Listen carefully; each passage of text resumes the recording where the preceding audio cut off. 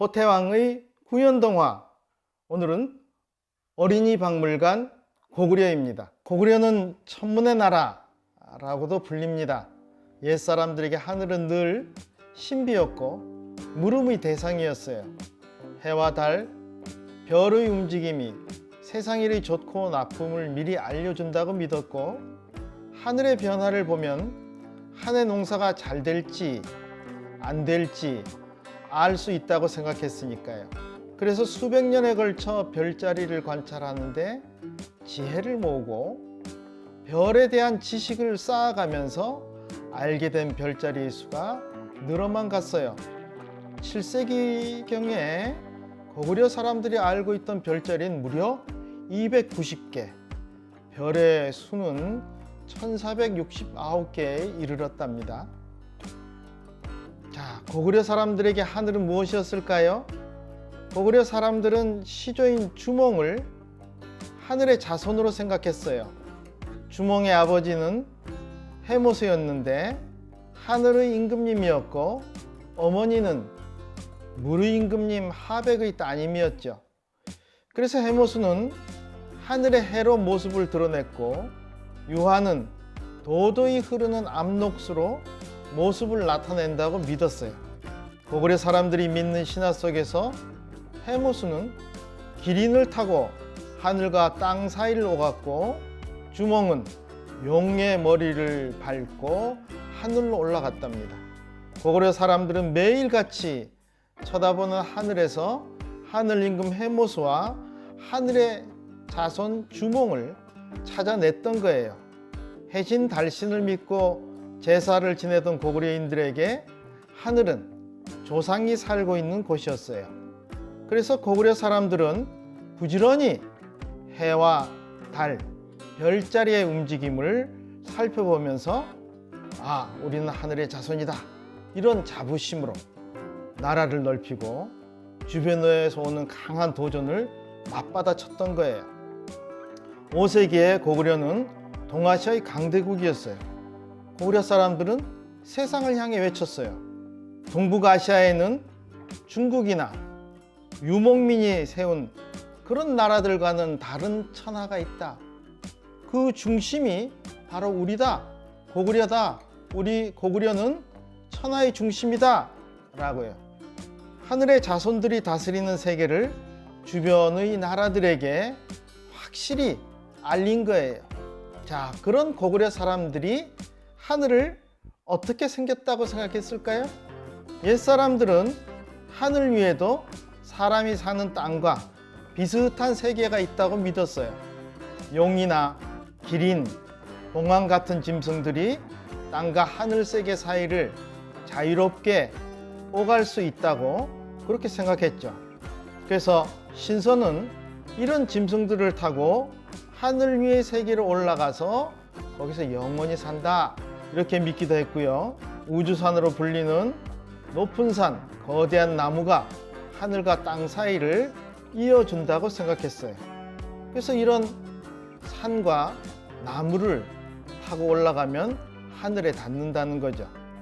고구려 사람들은 하늘의 별자리들이 특별한 힘과 능력을 가지고 있다고 믿었어요.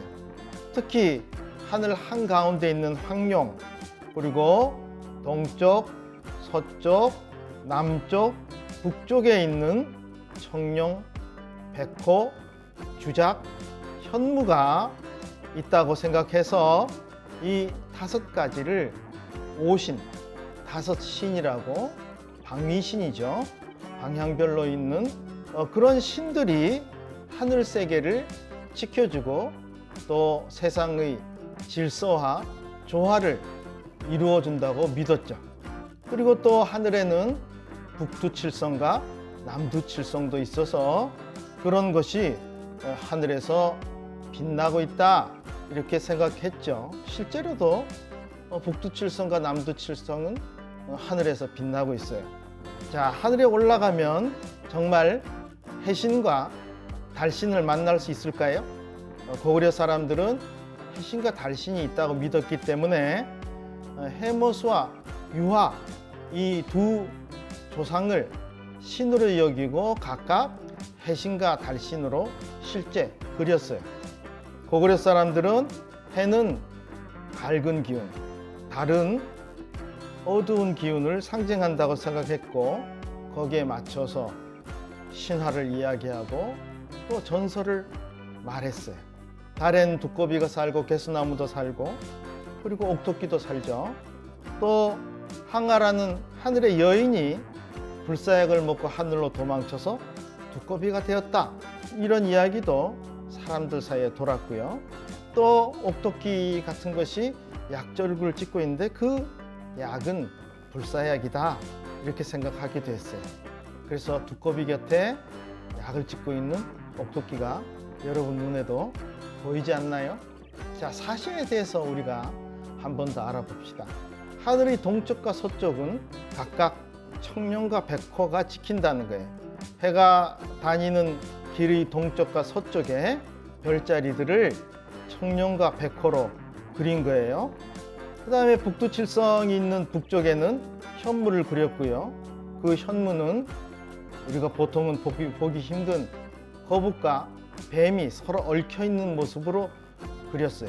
이것은 음양의 조화라는 것을 의미하는데 또 무덤의 주인을 지키는 현무는 그런 모습으로 벽화에도 그려져 있습니다. 그리고 남쪽의 주작은 암수 한 쌍으로 그려졌어요. 역시 음양의 조화를 이루는 신령한 존재죠. 남두육수가 북두칠성, 해신과 달신 이 네 가지는 고분 벽화의 동서남북에 항상 그려지는 별자리이기도 했습니다. 자, 그런 하늘에 신들이 있다는 거예요. 해신과 달신 외에도 수레바퀴의 신 혹은 숫돌의 신 뭐 이런 신들도 있고요.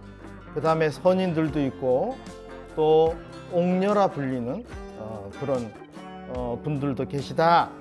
그리고 또 여러분이 들어서 알고 있는 견우와 직녀도 있다. 이렇게 생각을 했던 거죠. 그런 고구려는 또 성의 나라이기도 했어요. 바로 산성의 나라라는 뜻이죠. 고구려의 성 중에서 아주 유명한 성이 하나 있습니다. 여러분은 고려의 천리장성에 대해서 들었는데 그 천리장성이 지어지기 전에 먼저 고구려 사람들이 천리장성을 지었어요. 고구려가 아주 강성할 때 중국의 요동반도라는 곳에 남북으로 길게 저 북쪽 멀리까지 천리에 걸쳐서 성을 지었어요. 사이사이에 작은 성, 큰 성을 더 지었는데 고구려 땅에서 발견되는 성만 170개가 넘습니다. 그래서 성과 성 사이에 또 보루들도 만들었어요. 그래서 10명에서 100명 정도의 군인이 머무를 수 있는 그런 보루까지 만들었으니까 고구려 중국의 어떤 나라가 쳐들어갈 때는 그 물샐 틈 없는 보루와 성 사이를 뚫고 들어가야 되는 거예요. 당나라는 고구려를 침략했다가 큰 성과 작은 성과 천리에 이르는 성들을 결국은 뚫지 못하고 물러갔어요. 자, 이 성을 한번 볼까요? 당나라 군사들이 온갖 기계를 동원해서 돌로 쌓은 단단한 고구려 성을 공격하고 있어요. 그렇지만 어떤 단단한 기계도 이 성을 뚫지를 못했어요. 난공불락의 성, 이런 성들이 이 고구려를 지켜주었던 거죠. 그런데 산성만 있던 건 아니에요. 고구려의 요동 반도에 요동성이라는 큰 성이 있었는데 당나라가 고구려를 공격하기 전에 수나라의 양제라는 사람이 113만 명에 이르는 대군을 끌고 요동성을 포위한 적이 있었어요. 어떻게 됐을까요? 결국 실패했어요. 그리고 645년, 바로 30년 뒤에 이번에는 당나라 태종이 30만이라는 대군을 보내서 고구려의 요동성을 포위하고 권한성, 계모성 이런 성들을 포위했는데 이때는 요동성이 결국 무너졌어요. 그런데 생각지도 않던 작은 성 안시성에서 당나라 군이 결국은 함락시키지 못하고 여기서 몰살을 당했어요. 그래서 당나라 태종은 흑산을 만들어서도 공격해보고 또 온갖 방법으로 공격을 했는데 60일 동안 50만 명이 동원된 그런 인공산을 만들고서도 결국은 이 작은 안시성을 함락시키지 못했답니다. 그래서 겨울이 되었어요. 요동 벌판에 찬바람이 뼛속으로 스며드는 그런 계절이 되자 당나라 태종은 고려 정벌이 안 되겠구나 라고 생각해서 결국은 3개월 만에 안시성에서 물러나서 자기 나라로 돌아갔어요. 고구려 사람들은 돌을 아주 잘 다루었습니다. 그래서 성을 쌓는데도 돌을 썼지만 무덤을 만드는데도 돌을 썼어요. 여러분 혹시 동방의 피라미드라는 말을 들어본 적이 있나요? 고구려의 장군청이라 불리는 피라미드 형태의 큰 무덤이 있어요. 이 무덤은 지금 우리나라 바깥인 압록강변의 지반이라는 중국의 도시에 있는데 이 무덤에 쓴 돌이 굉장히 큰 것이었어요. 그래서 고구려 사람들이 죽은 뒤에 쉼터로 생각하는 그런 무덤을 만들 때 아주 이런 큰 돌을 피라미드식으로 만들어서 완성을 했던 거죠. 그러다가 어느 땐가부터는 돌로 아예 방 모양의 무덤을 만들어서 그 방 안에 자기들이 죽은 뒤 살아갈 세상을 하나하나 그리기 시작했습니다. 자, 여러분 여기서 볼 수가 있나요? 무덤 안에 돌방이 있는데 여기에 그림이 가득 그려져 있어요. 이런 것을 돌방 무덤이라고 그러고 돌방 무덤 위를 흙으로 쌓았기 때문에 흙무지 돌방 무덤 이렇게 부르는데 지금의 북한의 평양에 이런 흙무지 돌방 무덤이 아주 많아요. 그리고 그 안에 벽화가 있는 경우도 자주 볼 수가 있는데 실제 그런 곳의 안에 들어가면 죽은 사람이 어떤 세상에 살고 싶은지 그것이 아주 상세히 그려져 있어요. 그래서 지금 살던 그런 상태로 죽은 뒤에도 살고 싶다. 지금 살던 그 모습 그대로 그리는 것이고 혹시 그 사람이 불교를 믿는 신도여서 정토라는 곳에 가서 편안히 영원히 살고 싶다 이렇게 생각하면 연꽃이라든가 이런 불교와 관련된 것을 가득 그려요. 마치 우리가 절에 가면 볼 수 있는 그런 온갖 장식들이 무덤 안에도 그려지는 거예요. 그리고 또 어떤 사람들은 별자리들의 보호를 받고 편안히 쉬는 그런 하늘 세계로 내가 갈 거다 이렇게 생각하면 무덤 안의 각 방의 벽에다가 청룡, 백호, 주작, 현무 같은 우주의 별자리를 짐승 모양으로 바꾼 그런 방위신이 지켜주는 그런데 이제 편안히 누워서 내세의 삶을 죽은 뒤의 삶을 누리게 되는 거죠. 자, 여러분 고구려 사람들은 생전에 어떻게 지냈을까요? 고구려 사람들의 놀이 그리고 춤과 음악 이런 것들도 우리가 조금 전에 보았던 그런 벽화 속에서 그림으로 확인할 수가 있어요. 그 중에 우리들한테 익숙한 우리들이 아주 자주 보는 그런 장면도 있는데 그 중에 하나가 씨름입니다. 그래서 씨름하는 장면, 지금의 민속 씨름이죠. 그런 장면도 있고요.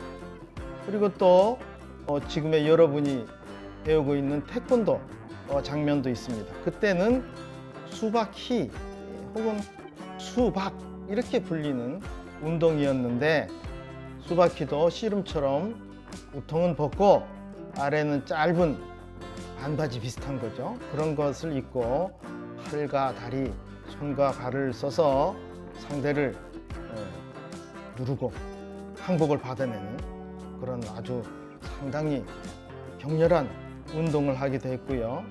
지금은 여러분이 할 수가 없지만 와사히라고 해서 말을 타고 달리면서 관역을 맞추는 거예요. 말 타는 것도 쉽지 않은데 달리면서 관역을 맞춘다. 화살을 쏴서 얼마나 어렵겠어요? 그러나 이것도 매우 즐기는 놀이여서 이렇게 화살을 쏴서 관역을 맞춘 그 순서가 있어요. 그래서 거기서 점수를 얼마나 내느냐 가지고 등수를 가리기도 하고 그런 일도 있었습니다. 그 다음에 고구려 악기에 대한 것도 우리가 벽화에서 확인할 수가 있는데 악기가 수십 종류가 있었어요. 그래서 그런 악기를 다루는 장면들을 우리가 벽화에서 볼 수가 있습니다. 그리고 그런 악기를 가지고 연주를 하면 무용수들이 춤을 추었어요. 이 무용수들은 소매가 긴 그런 저고리를 입고 춤을 추었기 때문에 마치 새가 날아간 것처럼 보이기도 했고요. 또 그런 장면 속에서 굉장히 아름다운 고구려식의 리듬이라든가 선율감을 우리가 느낄 수가 있습니다. 그리고 그런 악기들은 대부분 오늘날 우리가 국악이라고 불리는 그런 음악의 악기로 쓰이고 있습니다.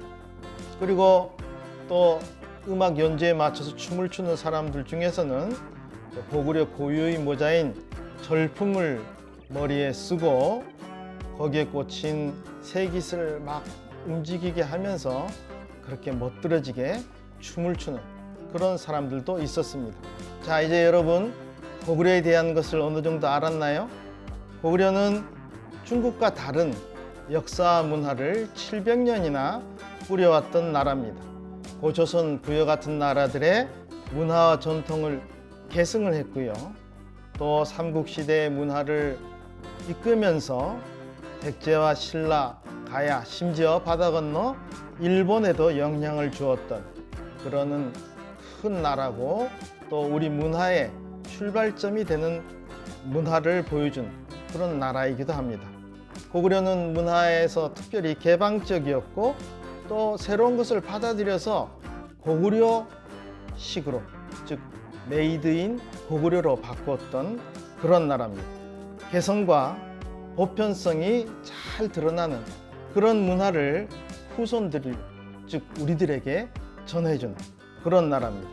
우리도 고구려 사람들을 본받아서 그런 잘 열려있고 또 모든 사람이 즐길 수 있는 그렇지만 우리의 개성이 잘 살아있는 문화를 만들어가는 게 어떨까요? 호태왕의 구연동화 오늘은 어린이 박물관 고구려를 함께 읽었습니다. 다음 시간에 또 만나요.